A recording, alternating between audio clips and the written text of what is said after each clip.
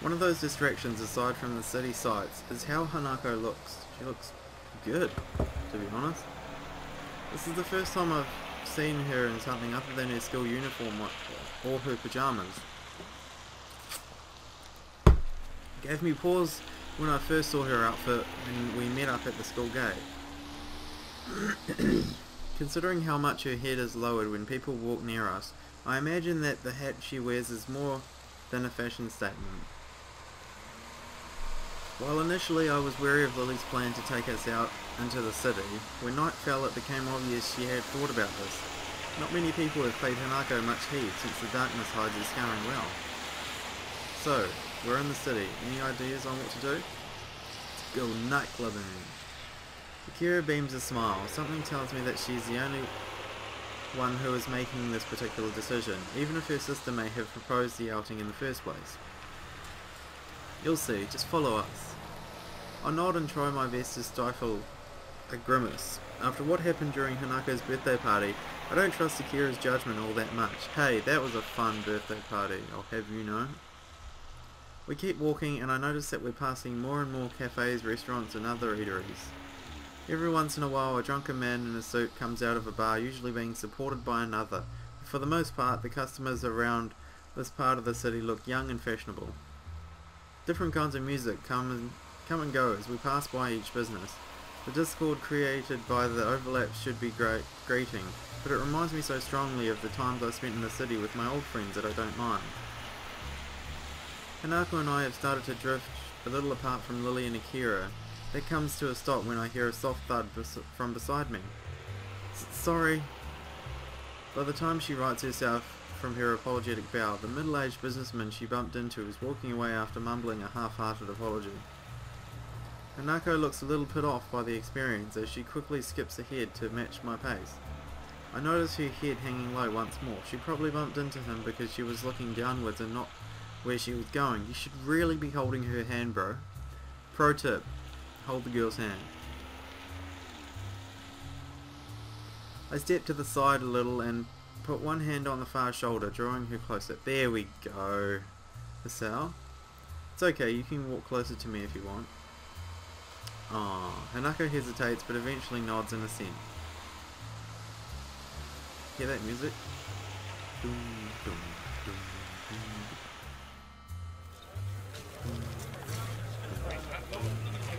After a couple of times when I thought we had arrived at Kira's destination, we reach our target. By now we're below the elevated walkways and past the most garish and brightly lit places. I'm a bit surprised. The average age of those around us is distinctly older, and the smell of cigarette smoke is pretty thick. The area is far from seedy though, and it's a little amusing to see Lily's reaction to the smell of the smoke. While it's masked by the low talking of those around us, jazz music can be heard emanating from inside. Looked up at the dimly lit sign, it becomes obvious why. Jazz is good. A jazz club. I have to admit, this isn't what I expected. Lily gives an amused snort and a smile. That was a terrible snort. Somehow, I feel like I should have known it, Akira. As we talk outside, I notice more and more odd sideways glance directed at our way. People awkwardly catch themselves staring and look away, but that just makes it more obvious. I had noticed that this occasionally when we were walking, but it's more pronounced now. I've never experienced anything like that in my life. An average-looking Japanese teenage guy, just a little taller than normal, isn't the type to draw attention without making an effort. Hey, come on, just because you're teenagers doesn't mean you can't have a taste, right? Well, I don't really mind the music, if that's what you mean. It's good music, man. I don't mind it either. She's only just managing to force the words out. It contrasts heavily to when we're alone in Yamaku, and it disappoints me a little that she's so highly strung for what's supposed to be a good time out on the town. Just wait, man, she'll relax into it. You know, we've got all these people behind us, you know. As soon as we get away from these people, we'll be good. It's hard to read Hanako's face as she keeps looking downwards. It's a little wonder if she doesn't often come out into the city because of this, and it makes me a little thankful that my own scarring is easily hidden. God damn. Lily has a similar way of attracting people's gazes, but the reason for it is clearly different. She hardly looks like a native, and the same can be said for her sister. That much is far more noticeable than her blindness from a distance. She may not be able to see this for herself, but I have little doubt she can hear the odd whispered phrase from people who think they are out of earshot. Be that as it may, she doesn't seem to show any sign of either annoyance or pleasure at the attention. Akira is still as confident as ever though. Flashing a smile, she strides in with Lily by her side, and the two of us following behind. I had expected my eyes to need adjusting to the light inside, but it's not much brighter than outside. The music we'd heard is clearer now, mixed in with the sound of glasses moving on the tables, and counter, the husky chatter of the patrons. Looking to my right reveals the music source, a jazz group playing beyond some tables. Some good jazz. Patrons seem to be mostly men, and though there's a handful of women, nobody looks under 30, aside from us of course. It feels a little like we've stepped into the 1920s, and the atmosphere is quite agreeable. I'm not completely comfortable simply because of my age, but were I older, I probably would feel quite at home. Hanako seems a bit more relaxed now, probably due to nobody looking at her. Everybody's talking between themselves, drinking or watching the band. Akira casually takes a seat at the counter without even glancing around. She's probably come here before. Lily retracts her cane, feeling out the bar stool at the edge of the counter before taking a seat beside her sister. The bartender takes a brief break from polishing a glass to watch her, before putting it down and coming over. Good evening, ladies. What'll it be? Just a scotch, thanks. On the rocks. Lily? May I have a glass of sham? A black-suited elbow hits her side sharply. Orange juice, please. Oh, okay. Done with the champagne? No problem, coming right up.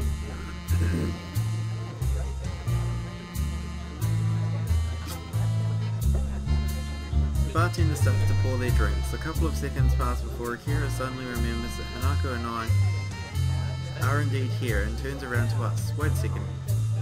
I wonder if that black-suited man intentionally bumped into her to say, hey, you're underage, you're not supposed to be drinking. Or whether it just startled Lily and she no longer wanted the champagne. I don't know. It's my theory. You two want anything, or are you just going to stand there? Oh, we figured we'd just stand here. Hanako seems to be getting a bit restless. No matter where we are going to sit ourselves, there's going to be people right next to her. And I don't think she looks convincingly older than 20, unlike Lily. Actually, yeah, Lily does look around 20. Intriguing. Hanako, however, looks her age. Looking around, there's a game section to our right. A couple of billiards tables can be seen in the corner, and nobody's using them either. I glance to Hanako about to ask if she'd like to play, but she's already looking longingly in the same direction. Maybe it says something that we can get by with so few words nowadays. We'll go play pool over there. Akira leans back to see past me before shrugging and sitting back up. Go for it. It seems you'll have to put up with only me for company. How unfortunate. Have fun, you two. We turn and set off for the abandoned corner, with Hanako taking the lead. The prospect of a nice quiet game away from everyone makes her walk noticeably faster. Her eyes stay firmly fixed on her prize. The table is full size and well lit despite the surrounding darkness, and thanks to the bright overhead lights, a huge painting of something covers the walls. It's very abstract. I love pool. There aren't many people milling around this corner of the club, and I can see Hanako becoming a little less tense as a result. You know how to play? Do I know how to play? Babe, I won the pool championships. I'm no expert, but yeah, I do. Then, 8 ball? Sure. Hanako gets the chalk and 2 cues from a set of hooks against one of the walls, while I fetch the balls was going to say something dirty there, but you know, I'll let it slide. From the table's pockets and grab the rack from a shelf underneath. She patiently waits as I get the table set up. After slotting the final ball into the rack and doing the some last adjustments, I end up having to fight my perfectionist urges and getting the bottom row of balls exactly perpendicular with the edges. With my balls arranged and ready to play, I step back and take my cue from her outstretched arm. I carry out a quick inspection of the tip, for I'm satisfied that it's in good condition. I'm sorry, my mind is in the gutter right now. So you've played before? Once or twice. I just kinda know the rules. The air between us feels a little awkward. She's still pretty nervous, understandably, given that we're in public. Eventually the silence becomes too much even for Hanako, and she begins to quietly stammer. Who'll break? I think for a moment before reaching into my pocket and drawing a coin. I'll take heads, your tails. After a nod of agreement from Hanako, I flip the coin up in the air and catch it, and flip it over on the back of my left hand. Looks like it's you that gets a break. Ooh. Oh. Hanako. Hanako nods again before taking up her position at the end of the table. I firmly grasp her by the hips and begin to... Okay, maybe not. She's not usually this quiet around me, but I'm not wholly sure if it's because of the tidbit of information about her past that slipped out moments ago. Ooh, sounds like a good break. The cue comes back in a practice gesture before smacking dead in the centre of the cue with a thud. The white ball skates across the smooth green expanse before smashing into the carefully arranged balls at the other end. Balls skitter across the table at high speed. The break was good, with the balls being nicely distributed around the table. My eyes are already flicking from one to another to pick out the easiest candidates to pocket. Hanako retreats from the side and I take my shot. Well done. It's only after Hanako says this that I realise the ball I was shooting at was sunk. I look at her and notice a small smile on her face. It's nice how playing games seems to loosen her up a bit. Get some stripes then. I take a step back and let her take the next shot, but she doesn't advance to the table. Rather, she looks down a little and rubs her arm. By now I can identify this as one of her gestures that she wants to say something, but isn't sure enough of herself to do it. What's up? It's just, you had a nice smile. Do you like playing this? I sigh and lean back against the table. It just sounds like a really cocky move. Oh, well, yeah, you know, how can I put this? I'm pretty fucking good at this game. Yeah. I like playing, yeah. I think I was smiling because it's really nostalgic though. Hanako tilts her head quizzically. Me and my friends used to play pool in the game centres near where we lived pretty often, and at night too. Wouldn't your parents... My parents both worked, so they didn't give a shit. I stayed on top of schoolwork pretty easily as well, so there was plenty of time to do other stuff at night. Our conversation dies down with Hanako's timidity getting the better of her. In response, I get off the table and let her take her turn shooting. Oh, for a moment there I thought we were going to have sex on the table. There aren't many solids in easy positions, so Hanako bends down